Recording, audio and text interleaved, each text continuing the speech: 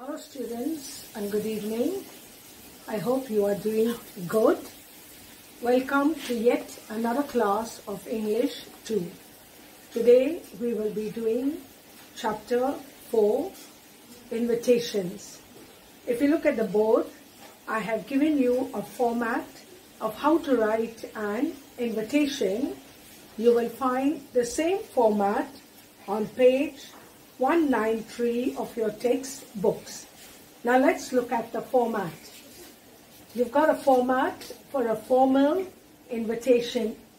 We write the hostess name. That means the person who is sending out the invitation. So that will be the hostess name. And then you have the words, request the pleasure of the company of name of guest. That means who you are inviting or who the invitation is being sent to.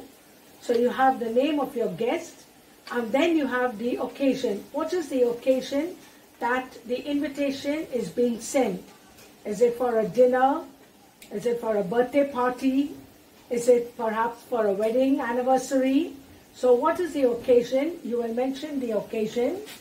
If you have a chief guest or a guest of honor, then you will mention the guest of honor or the chief guest. If we don't have a chief guest or a guest of honor, then we leave out this. That is why it says if any. If your program has a chief guest, then you will name the chief guest for your program. You have to write your date, your time, and your venue. That is where your program is going to be held. So that will be a venue, and your address. So it's important to write your address. Your invitation must fall into a box. Okay? So this is the format which you will also find in your textbook. Now I'll give you a sample of a formal invitation, and then you will write an invitation on your own.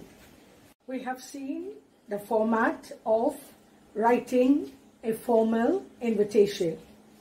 I told you the first part is the hostess name. Here, Mr. and Mrs. V.A. Paul are the host. And then request the pleasure of, we have got Mr. Gopalan's company. In this case, we don't have a chief guest, but you are inviting Mr. Gopalan. And then the occasion at dinner. You have given your day on Friday, the 10th June 2020 at time 8 p.m. You have written your address, Sunrise Cottage, Unity Village, Dimapur. At the end you write Rsvp. Now Rsvp is actually a French meaning reply if you please. So when you write Rsvp and your invitee replies back, then you know exactly how many guests are coming. You can use any name for the host. You can use any occasion that you are calling for. You can use any day, time, and you can give your address or any address.